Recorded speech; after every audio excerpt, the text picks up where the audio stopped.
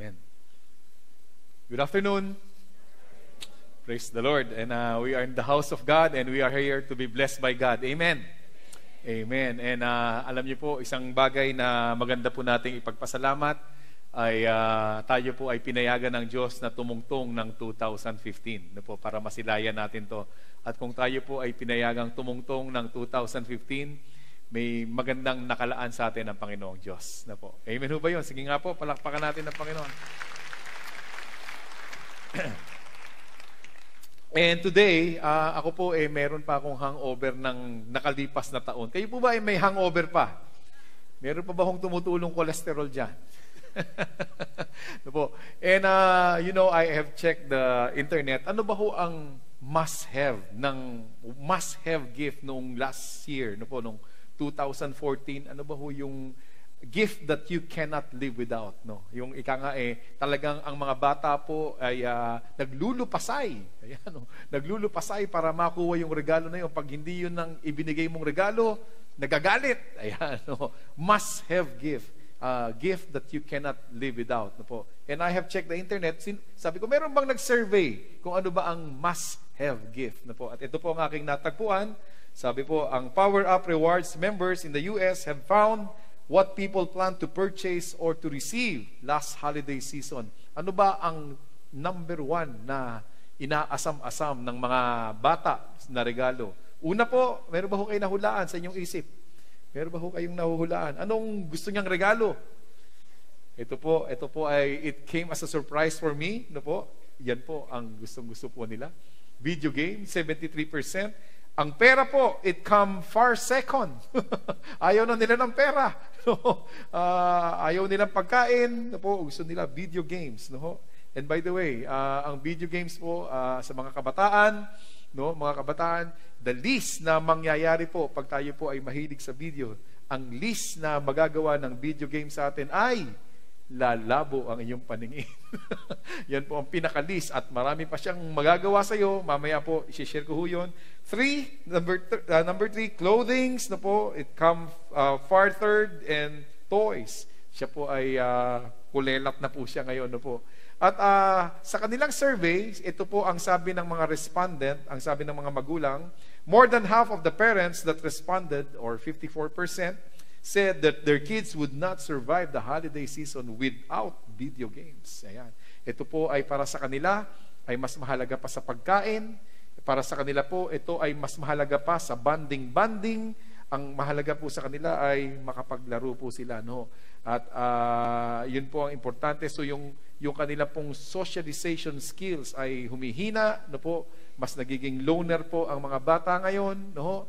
Ang kanilang pagkain, nalilipasan sila ng gutom at tutok lang po sa video games. At ako po ay I still studied further. Ano ba ang number 1 video game na binibili ngayon? Ano ba ang number 1? At ito po ang number 1. Ito po ika nga po hindi ko na po to feel na po kasi masyado nang malayo tong laro nila, no. Dati ang laro ko Atari lang eh. Meron pa ba nakaka-relate sa Atari? Wala na. Ito ba? Ayaw mo tumaas ng kamay, Ito na po ngayon ang pinaka-patok na video games ngayon. Ito po siya, no? The Grand Theft Auto. Yan, patok po yan, no? At hindi na po ako makarelate dyan, hindi ko na po napapanood yan, hindi ko alam kung ano lamin yan. At ang sabi pala, ito pong video game na ito ay number 1 at ang kanyang tinuturo ay, ayan, tinuturuan po ang mga kabataang sa laro, tinuturuan ka magnakaw ng sasakyan, pumatay ng tao, pambihirang laro to, no? Sagasaan mo yung tao, no? At sumali ka ng gang, at patayin mo ang mga elderly. Pag elderly ang pinatay mo, mas mataas ang points, no? Kaya mga senior citizens, watch out, no? Ganun, pambihirang laro to, no? Pumatay ka for no reason at all. Meron pang nilalaro yung aking anak, no, si AJ. Meron siya nilalaro yung Counter-Strike. Pagkakampi mo na baril mo, bawas points no? Bawas points. Pag nabaril mo yung hostage, bawas points. Pero ito, Yung mga hostage, ang patayin mo. So, ang bihira, no? Ibang klaseng laro to. The civilian, ang iyong papatayin at mas mataas ang iyong points. Grabe, no? At kung ganyan po ang nabobombard sa isip ng mga bata, no po, kung ito po ang nabobombard sa isip ng ating mga anak, ito na po ang resulta sa buong mundo. Ito po ang mga balita. Yung latest news po sa Paris, siguro po nabalitaan nyo, ang terror strike doon sa Sydney, Australia. Meron po sa Africa, yung kinikidnap yung mga bata, nakakalungkot yung bata, 10 years old. Pangit po yung kwento eh. 10 years old, siya po ay naging suicide bomber, 10 years old. Wow, 10 years old po. No? So yan po ang epekto ng maaaring mga nagiging epekto ng mga video games. No? So, what's my topic for today? Must-have gift. Ano ba talaga ang must-have gift ng isang Kristiyano? No, dahil tayo po ay Kristiyano, tayo po ay pumasok sa isang napakagandang taon, 2015, punong-puno ng pag-asa. Amen ho ba yun? Punong-puno ng pag-asa. Ano ba ang must-have gift? Actually, this must-have gift that I'm saying, ito po ay meron ka na. Meron ka na itong must-have gift na ito na that a Christian cannot live without. Meron ka na nito, kaya lang dina-downplay po natin ito. No, dina-downplay po natin. Ano ba itong must-have gift na meron ka na?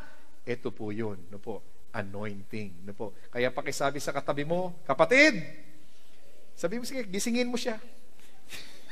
Kapatid, anointing ang topic. Huwag kang matutulog.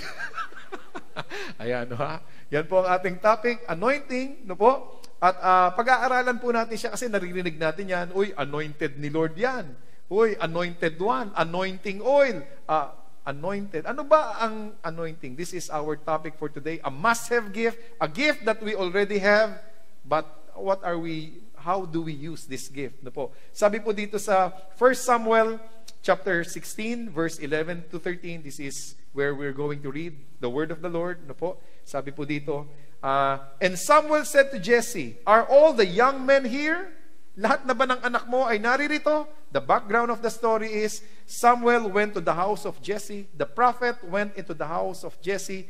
And the Lord is going to choose the next king of Israel from the house of Jesse. A very important day for the house of Jesse. No po, ito po ay ordained na araw. Napaka-importanting holiday sa buhay po ni Jesse. At pinadaan po ni Jesse ang kanyang mga anak. Ang kanyang 6 na anak ay pinadaan. The first son, the eldest, the second, the third, the fourth, the fifth, the sixth. Hindi pumasa, hindi sila ang magiging next king of Israel. So nagtanong po ang propeta, are these all the young men you have here?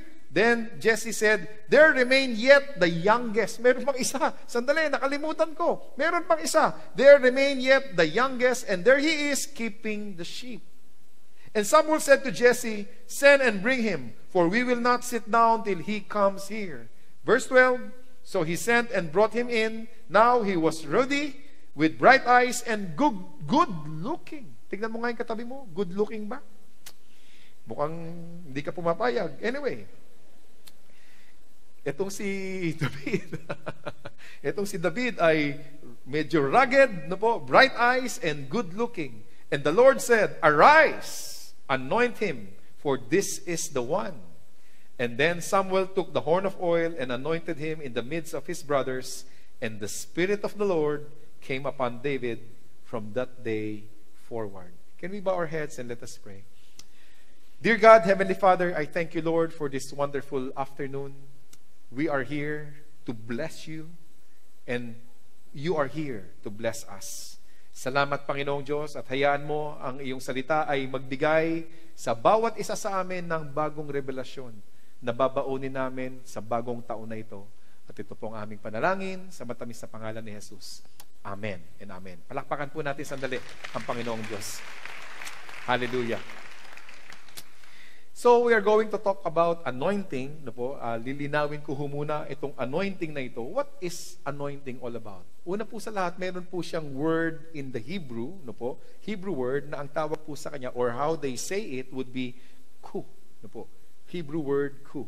And when we talk about ku, it would be anointing in a sense of toiletries. No po, toiletries. Ano ba yung toiletries? Ito po siya. No po, pag ikaw ay maliligo, magsha-shampoo, na-advertise ko po tuloy yung shampoo, no? Ikaw ay anointing. Ina-anoint mo yung sarili mo. Pag ikaw ay nagliligo, nagsasabon, no po, you are anointing yourself. Remember, during their days, during their times, no po, wala akong shampoo, walang conditioner, they use oil. Okay, they use oil to shampoo their hair. Ano po? They use aloe vera to shampoo their hair. Ganun po, noong unang panahon sa ito po ay, pag sinabing ku or anointing, this would be toiletries. Na po, ina-anoint mo ang iyong sarili. Another way of saying anointing would be, this is the Hebrew word for a higher level of anointing. It is mashak. Ano po? Hebrew word po ulit yan. Ano po? Mashak, it means that when you are to put a person in a position, a high position. You are going to put a person in a position, then you have to anoint him with oil.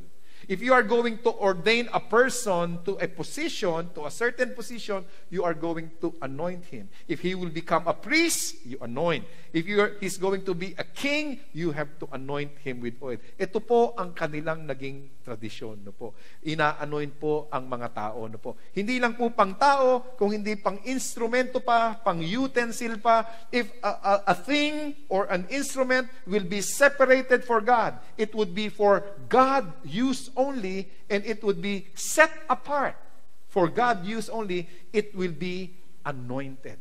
They will anoint it with oil. It would be mashak. No po, ina-anoint po nila yan. Set apart for God. A king, a priest, a instrument, no po, utensil, set apart for God. This is the anointing that I want. But, no po, meron pa hong mas maganda po dyan. May ku, meron pong mashak. Meron pa hong, ang pinakagusto ko po doon sa mashak, ay yung spiritual implication. Ang anointing ho pala, kaya po must have natin, no? Sapagkat meron po siyang spiritual implication. And what do I mean by spiritual implication? It is more than the pouring out of the oil. It is more than putting you in a position. It is more than setting you apart. Anointing has a spiritual implication, heavy spiritual implication. And what is it? Let me read the verse again. And the what?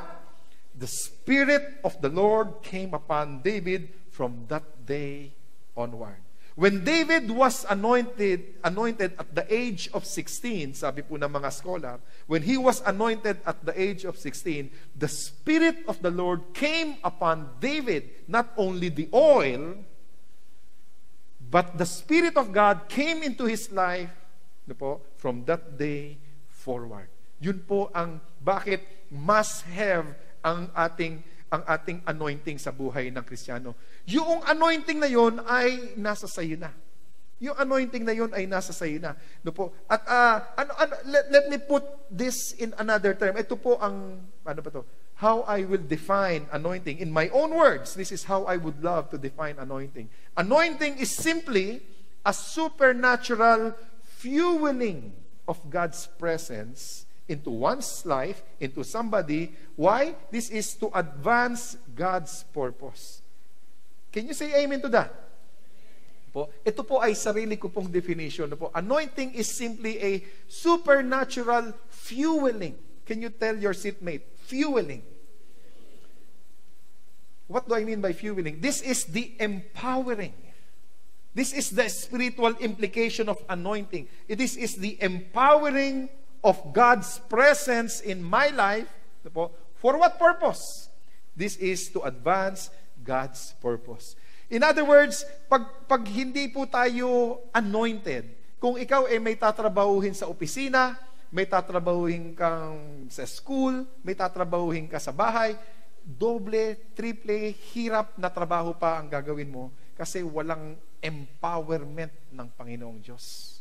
Walang empowerment. And that is why we must have this must-have anointing, must-have gift. Why? It talks about blessing, it talks about protection, it talks about the favor of the Lord. That's why we desire this. And this thing that we are desiring so much, you got it. You already have it. Kaya lang, nada-downplay po natin itong anointing na to.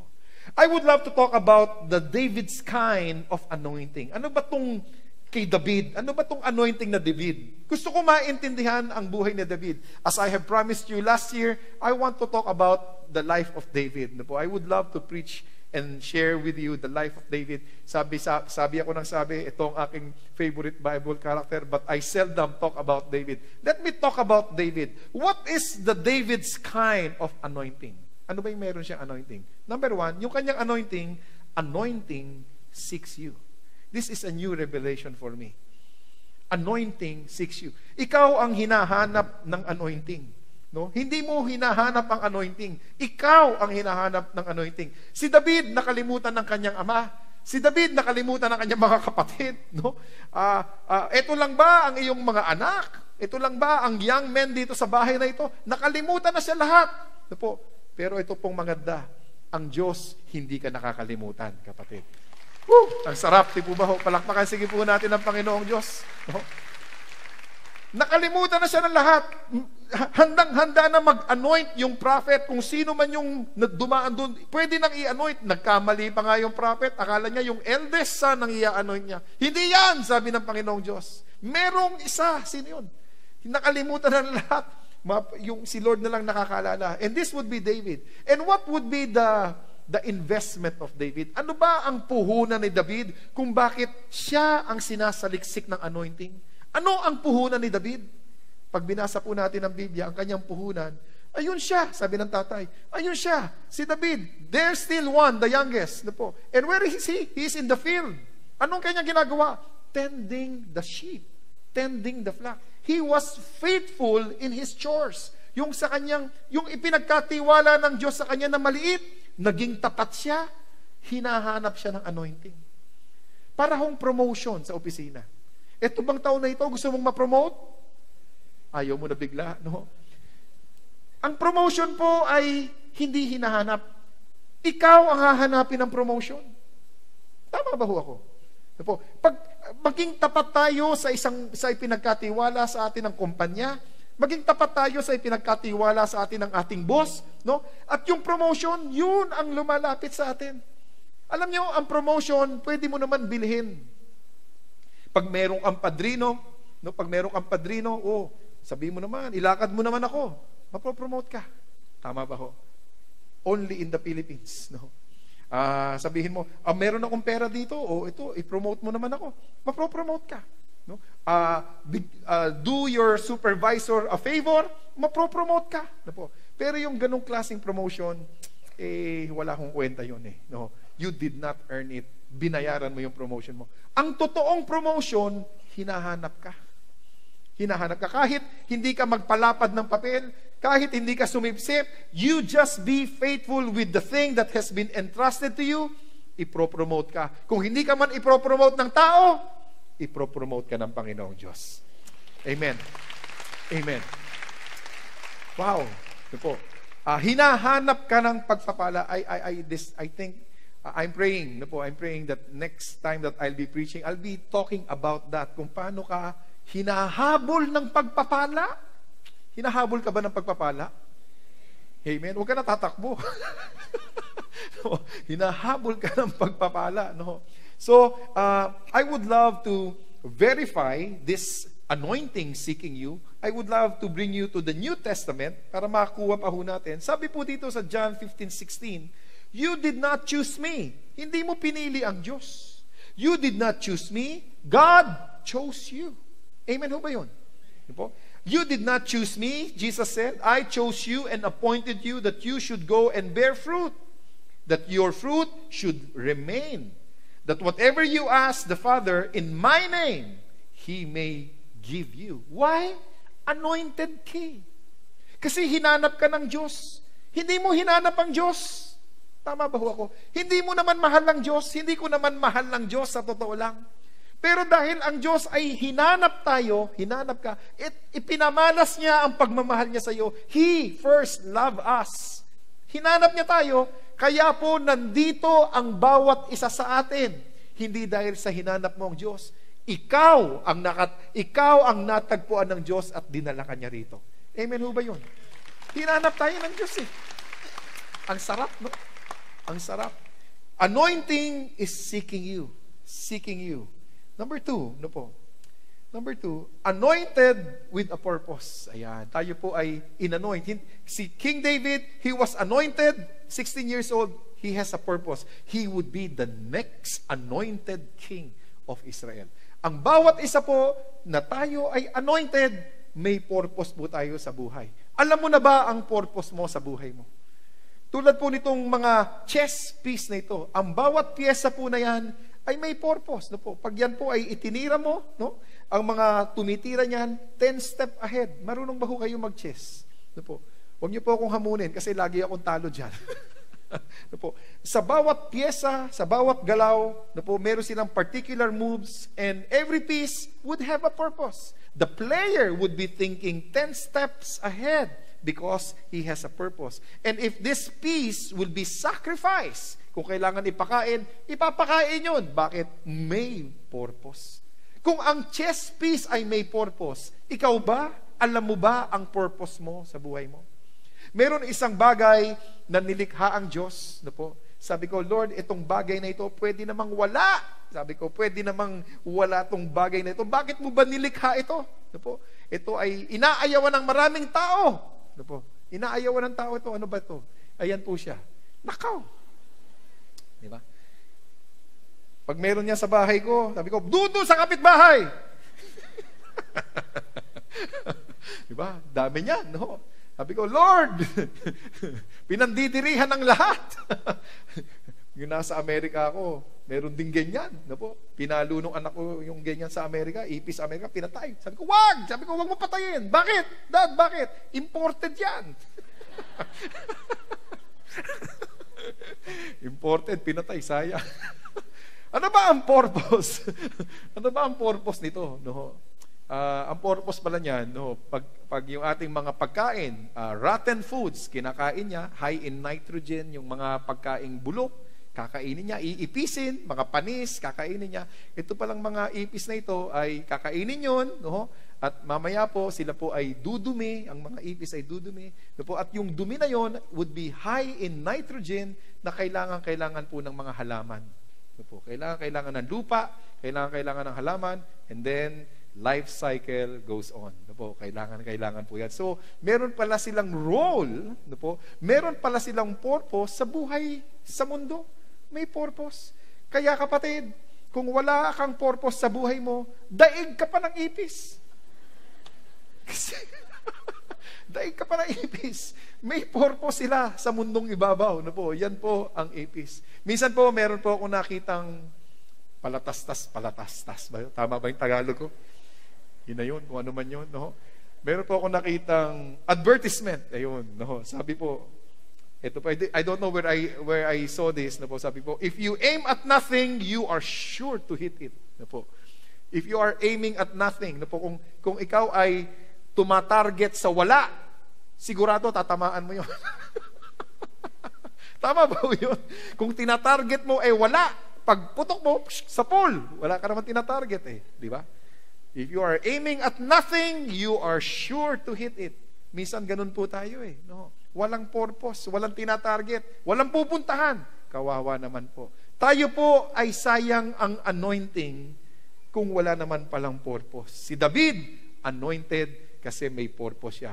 The next king of Israel. No po. Thirdly, what is anointing? An anointed person will go through tough times. No po. Can I see the hands of the anointed person here? Can I see your hands? Wow! Yan, wag ko kayo mahiya. Basta Kristiyano ka, anointed ka. No?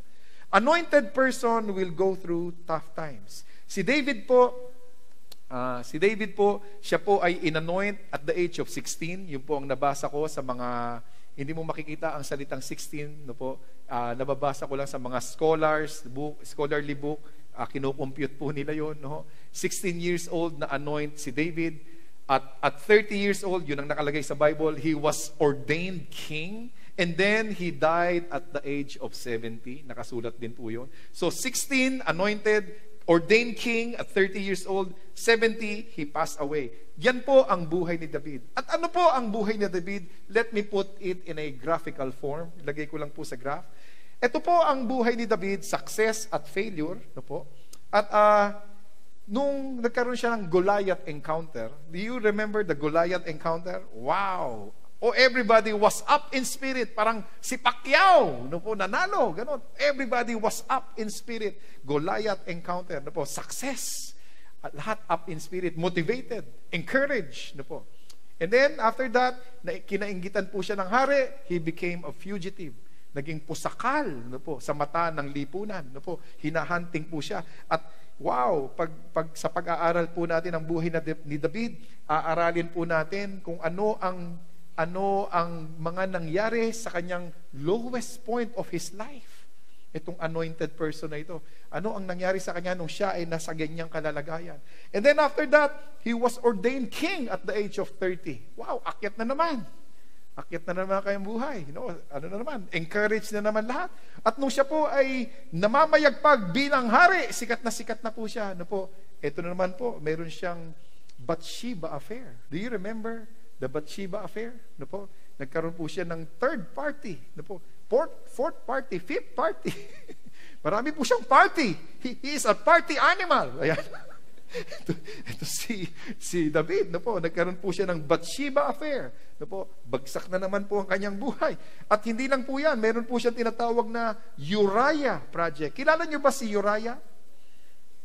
Itong si Uriah, ito po ay kanyang kumpare.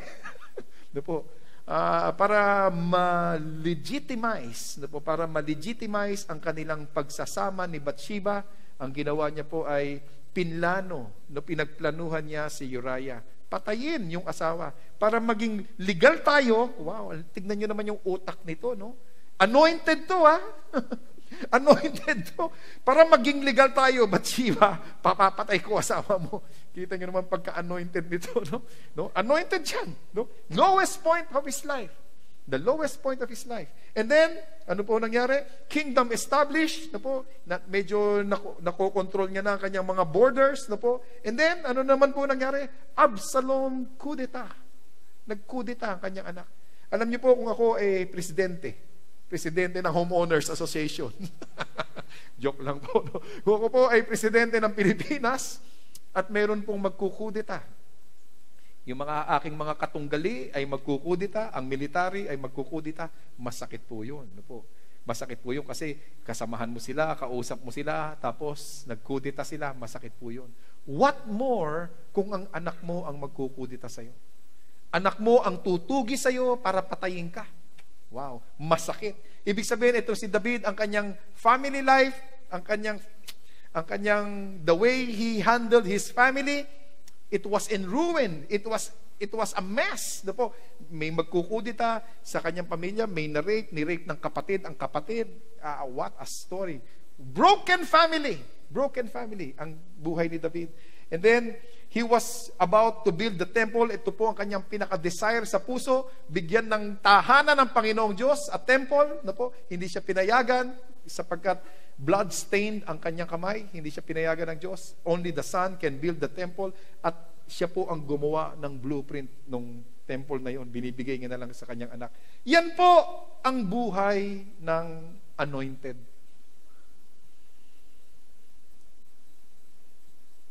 Pakitignan po muna sandali. Yan po ang buhay ng isang anointed. Ako po ay nagpapasalamat sa Biblia sapagkat kung ang Biblia po ay likha ng tao, kung ang Biblia po ay isinulat ng tao, hindi ko na isusulat ang pangit. Tama ba ho? Hindi ko na isusulat ang pangit. Bakit ko ba gusto malaman yung pangit sa buhay ko? But since the Word of God is the Word of God, it has not been filtered. It has not been adulterated. Ang maganda at pangit ay isinulat para sa iyo at para sa akin. And in all this, yan pong lahat na yan. Ano po sa pinagdaanan ni David? Roller coaster life. Sino ba ho dito ang may roller coaster life bilang Kristiyano? Wow!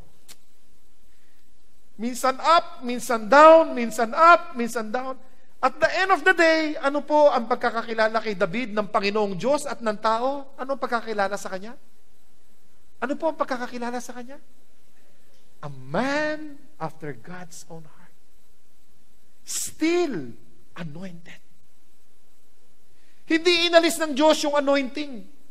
Sa kanyang katagumpayan, nandun yung anointing. Sa kanyang kasablayan, when David failed God, the anointing still remains.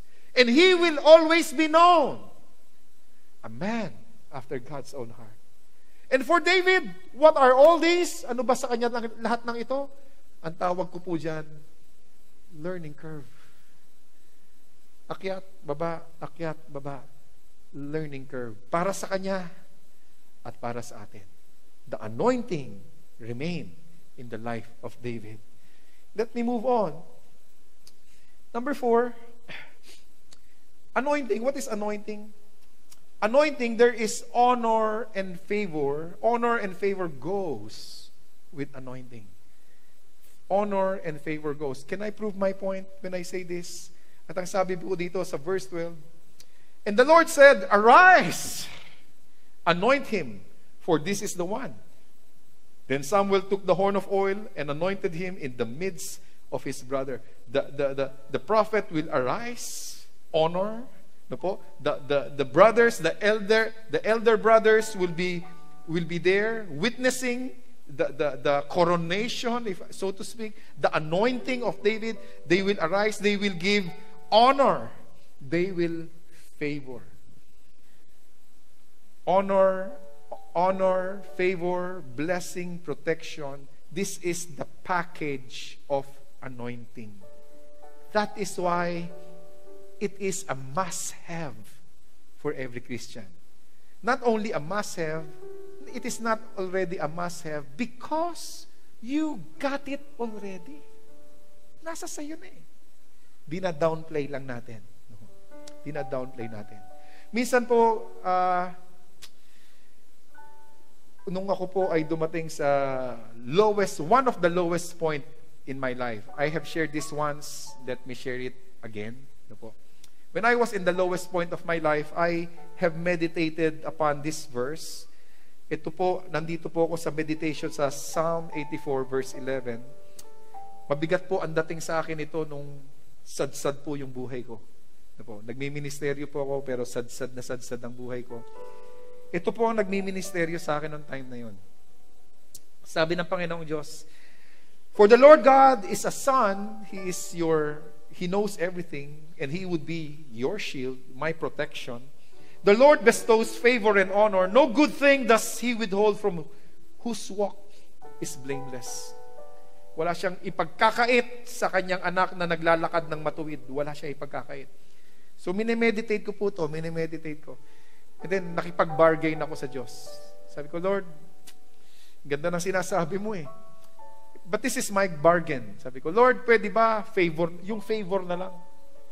Pwede bang umiilaw to? Tignan ko nga kung umiilaw to. Ayan. Sabi ko, Lord, pwede ba yung favor na lang? Yung honor, I don't mind about honor. Walang dating sa akin yung honor eh. Aanuhin ko yung honor? Di naman nakakain yan, sabi ko. Aanuhin ko yung honor sa lowest point of your life? Do I need honor? I don't need it. It's like you are in an island, isolated island, and you have gold. What's the use of gold in an isolated island? You alone there, there's no point. So sabi ko, Lord, wala na akong pakialam sa honor. What I need today would be your favor. Pwede bang paboran mo ako sa buhay ko? Paboran mo ako. At nung ako po, nakaahon na doon sa mabigat na pinagkakalagyan ko, sa isang balong malalim. Nung ako po nakaahon na, sabi ko, na-realize ko, what I was requesting God was nonsense. Why? Because favor and honor, you cannot separate the two. It is a package. Pag ikaw ay pinaboran ng Diyos, ino-honor ka ng Diyos, at pag in-honor ka ng Diyos, ino-honor ka ng tao. Hindi mo pwedeng paghiwalayin ang dalawa. Kaya pag pinaboran ka ng Diyos, tinatangkili ka ng Panginoong Diyos, kapatid. Tinatangkili ka niya. No? So you cannot separate the two. Ganito po ka-lavish ang blessing ng Panginoong Diyos sa atin. Ganun po ka-lavish ang anointing ng Panginoong Diyos para sa atin. It is a package. And so, when I compare this in the New Testament, tama ba yung Old? Kailangan i-compare ko to para ma-verify ko kung ganun ba rin ba sa New Testament? Ito po kasi ang sabi sa New Testament. In Ephesians 1:13, panahon na ni Kristo. Panahon na ni Kristo. Sabi dito, in Him. Sino ba yung Him? Si Jesus. In Him, in Jesus, you and I, we trusted. Nagtiwala ka ba sa Diyos? Amen. In Him, you also trusted after you heard the word of truth. Nung narinig ko yung katotohanan, nagtiwala ako doon. The gospel of your salvation, in whom also, having believed, hindi lang ako nagtiwala, nanampalataya pa ako, at nung ako nanampalataya, ano nangyari? You were sealed with the Holy Spirit of promise. Nung ako nagtiwala na sa Diyos, sinelyuhan ako. Sinelyuhan ako ng presensya ng Diyos. Sealed by the Holy Spirit. When you receive Christ, you have been sealed by the presence of God. Ano ba yung Old ulit? Tignan ko nga ulit. And the Spirit of the Lord came upon David from that day forward. Pareho ba? Pareho ba? Yung nangyari kay David, nangyari sa atin. At yung panahon ni David, naselyuhan siya ng banal na Espiritu. Naselyuhan siya. The Spirit of God came upon David from that day forward. It never left him. Sumablay ang buhay niya, maganda ang buhay niya. The Spirit of God never left David. Mga Kristiyano, tayong mga Kristiyano, pakitaas nga ang kamay ng Kristiyanong hindi pa sumasablay. Yung hindi pa sumasablay. Wala. Kaya lang tayo mga Kristiyano, pag sumablay tayo sa ating Christian walk, pagkasablay natin, parang nawawala na rin yung anointing. Parang pinababayaan na natin yung anointing. Parang inaayawan na natin yung anointing. Parang ayaw na natin lumakad sa Kristyanismo. Ayaw na natin lumakad sa ating pananampalataya dahil sumablay minsan. Dahil sumablay ng pangalawang beses. Dahil sumablay ng pangatlong beses, kinalimutan na yung Christian walk. Umaayaw ka na. Hindi ka naman inaayawan ng Diyos. Narinig mo ba ako? Umaayaw ka na. Hindi ka naman inaayawan ng Diyos.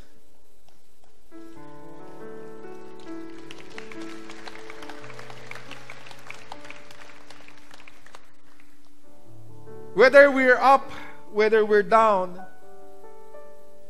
we are sealed by God's presence. Hindi ganun kababaw ang Diyos na pag sumablay ka, ayoko na. Hindi ganun kababaw ang Diyos. Masyadong malaki ang puhunan ng Diyos sa Kalbaryo para maglarong bata ang Panginoong Diyos sa buhay mo. Masyadong mababaw. You have been sealed by the Holy Ghost, the Holy Spirit of promise. Panahon ni David, panahon ngayon, ganun pa rin. What's the point? Today, if I may put it this way, could you please reclaim your anointing? The must-have anointing, could you please reclaim it? Sumablay, nagkamali, who cares? Who cares?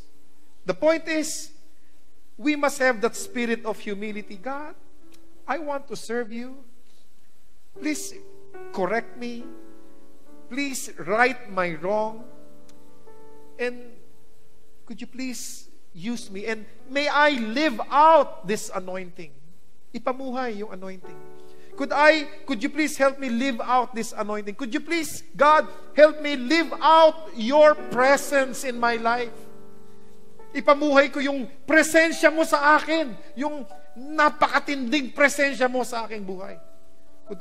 Could you please help me live out this presence, supernatural presence? If this is your prayer, as they sing this song, Come, reclaim that anointing. Come. In Jesus' name.